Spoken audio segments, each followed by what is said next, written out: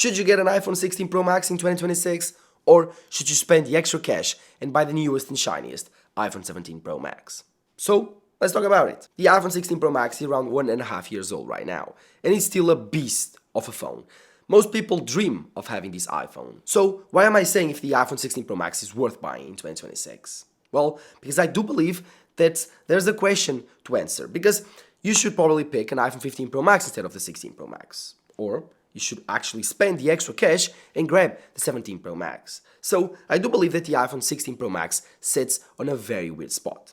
It has a cheaper iPhone that is very similar to it and does 98% of its things, and then it has a more expensive iPhone. The difference is not that big, and it will get you a way better camera experience and a completely new redesign and a new way of using an iPhone. Yes, the iPhone 17 Pro Max, it's a different design, but not that just it. It's made of aluminum, so it cools itself much better. It has a completely new telephoto.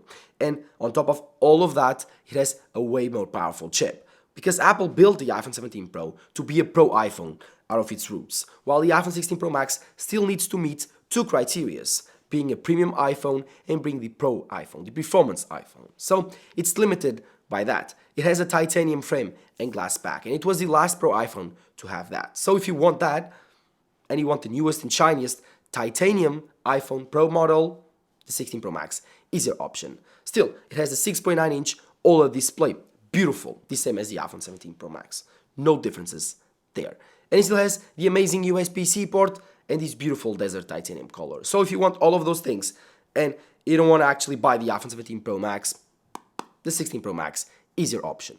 The thing is, it depends a lot on the prices that you find it, because currently I do believe this phone is still too expensive to buy. If you save $200 and you grab the iPhone 15 Pro Max, I do believe you will be as well served as with the iPhone 16 Pro Max. You get the same telephoto lens, you get the same main camera, the only differences are on the ultra-wide.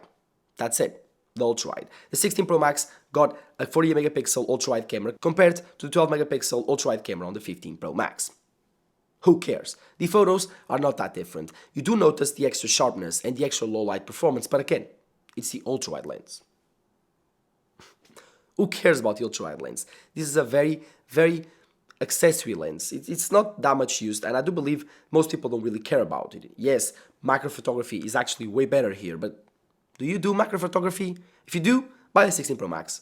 If you don't, this is a weird mixture between the 17 Pro Max and the 15 Pro Max. Sits in between, but with the price, I don't think it's that attractive. Because again, you can grab the same package with the 15 Pro Max. One thing that it does have and the 15 Pro Max doesn't is the camera control. And the camera control is a controversial thing.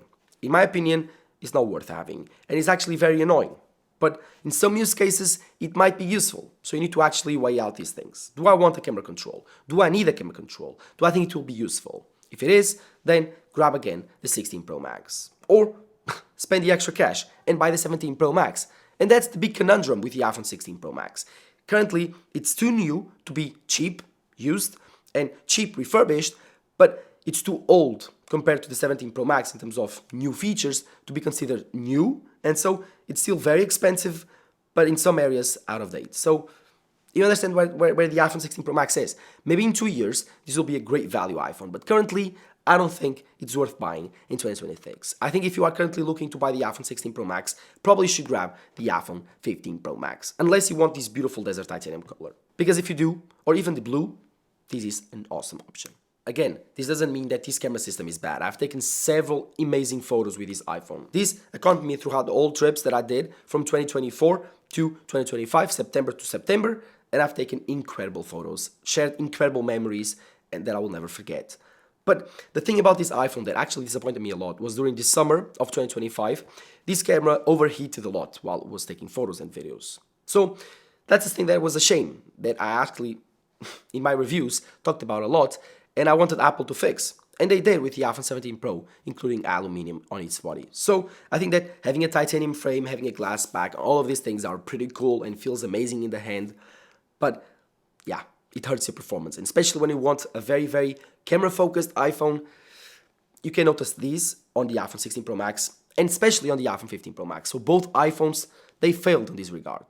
One thing that you cannot beat on these iPhones is durability. The 15 Pro Max, the 16 Pro Max, Both are made of titanium, and titanium is such a strong material, guys. It's kind of insane. This iPhone is 1.5 years old. I've used it a lot, and the titanium sides, brand new. No scratches, nothing. And that's truly remarkable. While with the iPhone 17 Pro, you need to be very careful because that iPhone scratches very easily. If you don't use the case, be prepared.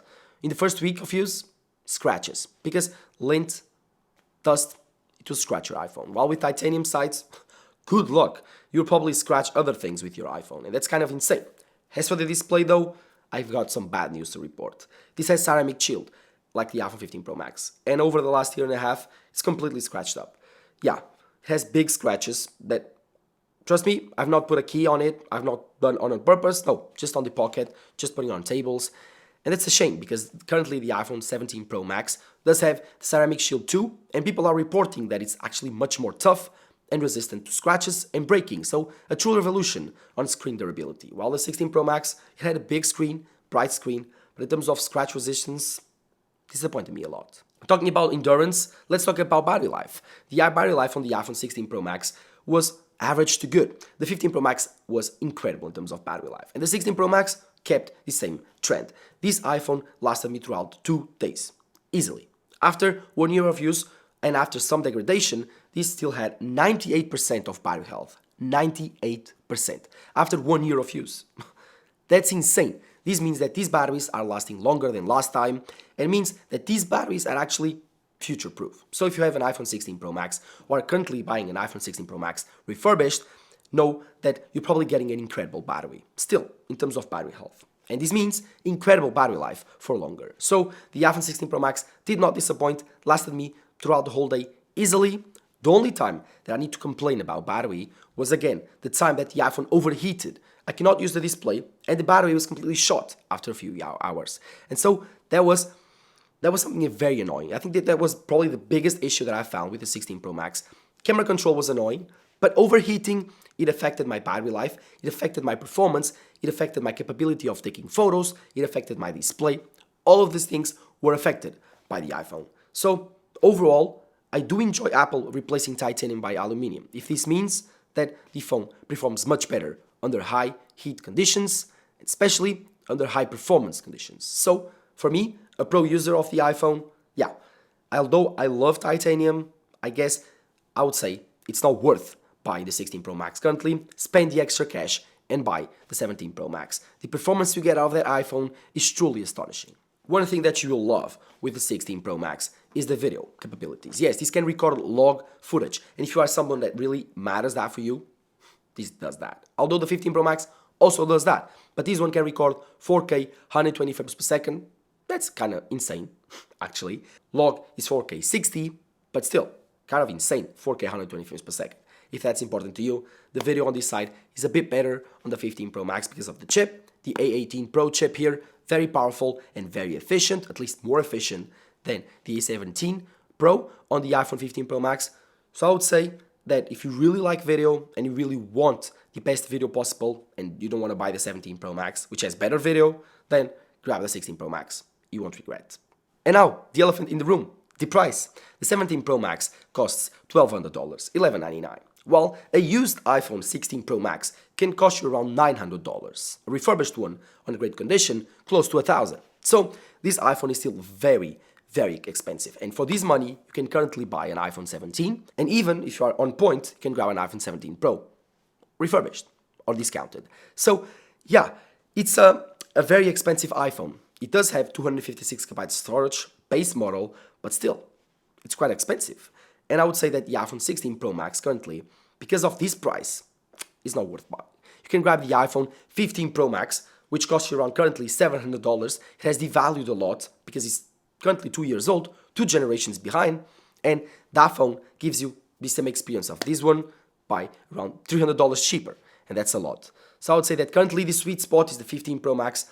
I'd say that the 16 Pro Max, it's getting there, wait 1-2 more years, and this will be a great iPhone to buy. Currently, too expensive, too new. But let me know below what you think. Did you have an iPhone 16 Pro Max? Did you ever use it? I think this was a very, very small upgrade. I would say this is more like an iPhone 15s than an iPhone 16, but I understand why Apple did it. It's a very, very small upgrade that can only be seen on the ultra-wide lens, the camera control, and some software aspects. Other than that, pretty much the same as the 15 Pro Max. The 15 Pro Max has a 6.7, this has a 6.9, so if you want the biggest display possible, another reason to buy the iPhone 16 Pro Max, but still, 0.2 inches is too small of a difference to notice.